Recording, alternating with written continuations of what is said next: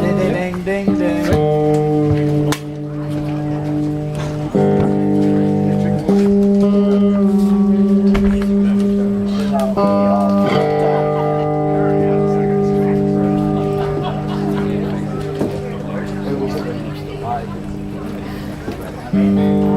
Check, check, check.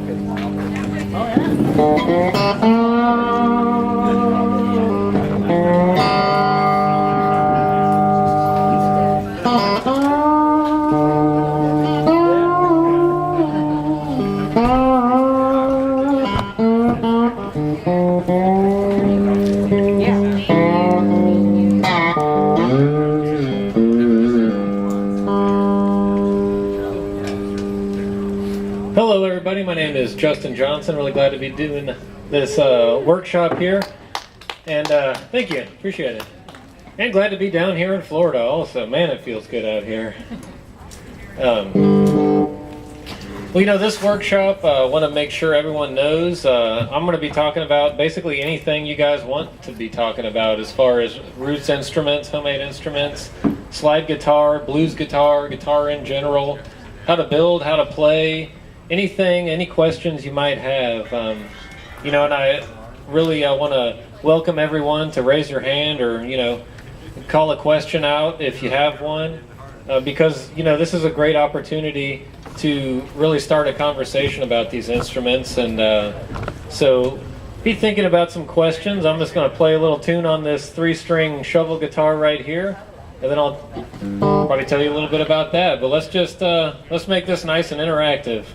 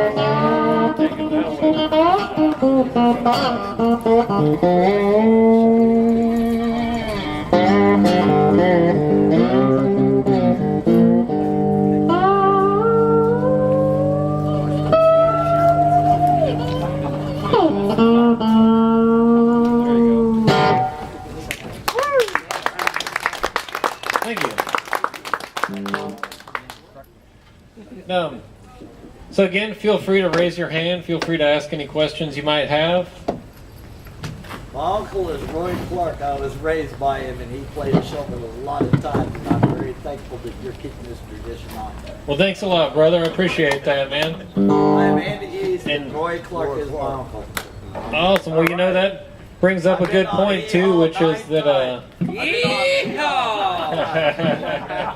Well, I just drove down from Nashville the other day, and I love the history out there.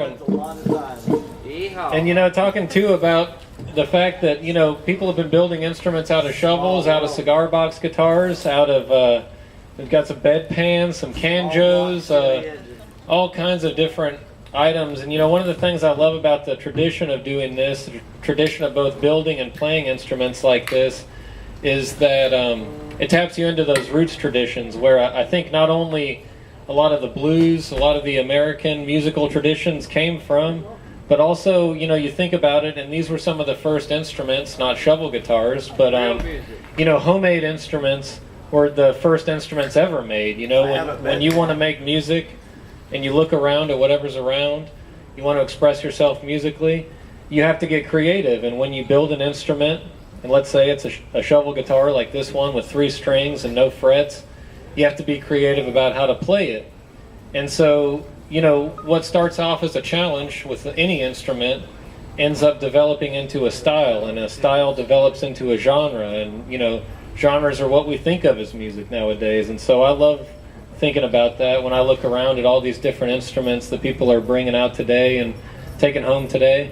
And I just love that that tradition is nice and strong. And I want to thank the organizers, too, of this festival for making this kind of thing happen and bringing people together to celebrate this kind of art form.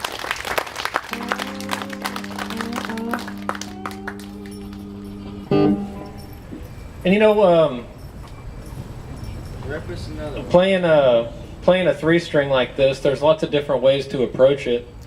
And like I talked about, you know, a second ago, when you think of it as a challenge, it seems difficult. But when you think of some of the things that are easier about playing a three-string or a shovel guitar, then it starts opening up new territory for creating some interesting music. You know, for example, a six-string guitar, when I first started playing six-string, I just fell in love with it. All I did was practice, you know. I practiced chords, I practiced scales, I practiced learning songs. And, you know, in a way, I kind of wish that I would have picked up an instrument like this as my first guitar, because I would have thought, you know, about music in a different way. I think it kind of makes you listen a little harder. When you play with a slide, you have to have a little more, call it hand-ear coordination. You know, you have to really listen almost like you're singing. And this is an open G tuning, so it's G, D, G. And I think one of the best ways when you pick up an instrument like this to start is just play those bottom two strings open, and then just almost sing on that top string.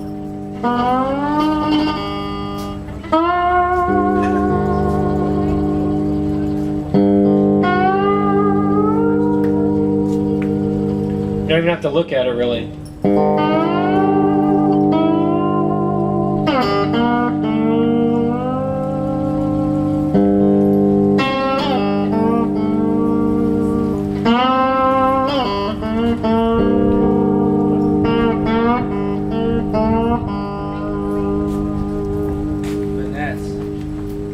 And so, you know, you listen to a lot of that old blues like Blind Willie Johnson, you know, Mississippi Fred McDowell. Especially a lot of those old blind slide players, you know, they weren't looking at what they were doing. They were singing on those strings, and they were doing it with a slide. And I think a big reason for that is because they learned on instruments like these that didn't have frets. So even when they get conventional six-string guitars to record with, they're still playing roots instruments to a degree. I mean, you think about who started out on the one-string diddley bow or the cigar box guitar, and it's people like Lightning Hopkins, Elmore James, Blind Willie Johnson, B.B. King, Buddy Guy, Jimi Hendrix started out on a one-string ukulele, you know. And so I think that early challenge ends up making them, when they get that sixth string, it's like a symphony, you know. It's not just one instrument.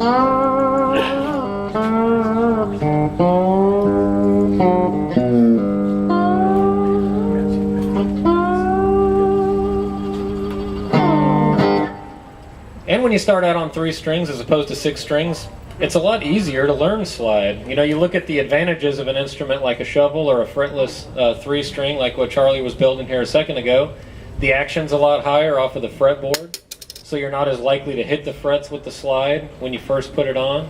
There's less strings, so you don't have to mute as many strings. Usually you don't play all six strings at the same time. It's actually very rare that you really play all six strings at the same time, especially on slide.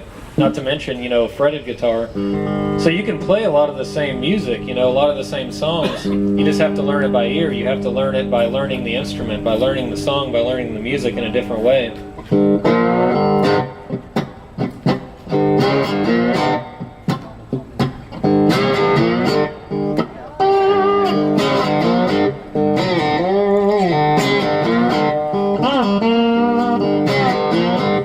You know, something like that would be a lot more difficult to play on a six string, because when I go from that chord, I'd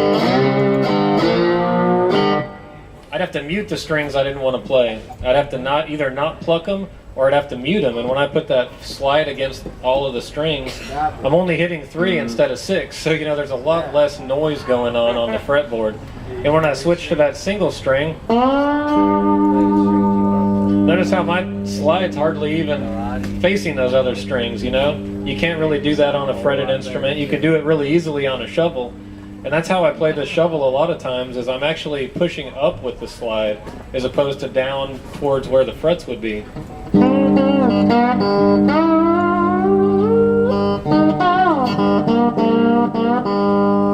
The strings are spaced farther apart.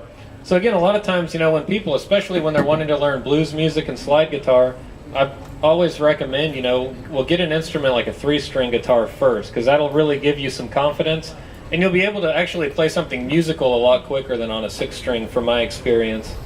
That's D, G, D?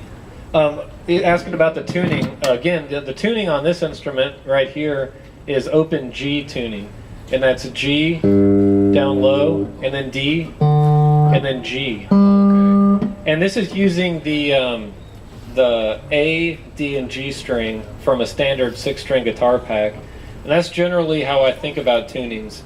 On whether it's 6-string, 3-string, 4-string, whatever it is, I'll usually think about, you know, I came from a 6-string guitar background, so you've got your low E, you know, an A, D, G, B, E. And you can tune that to, you know, all kinds of alternate tunings, all kinds of open tunings, open E, open G, open A, open D.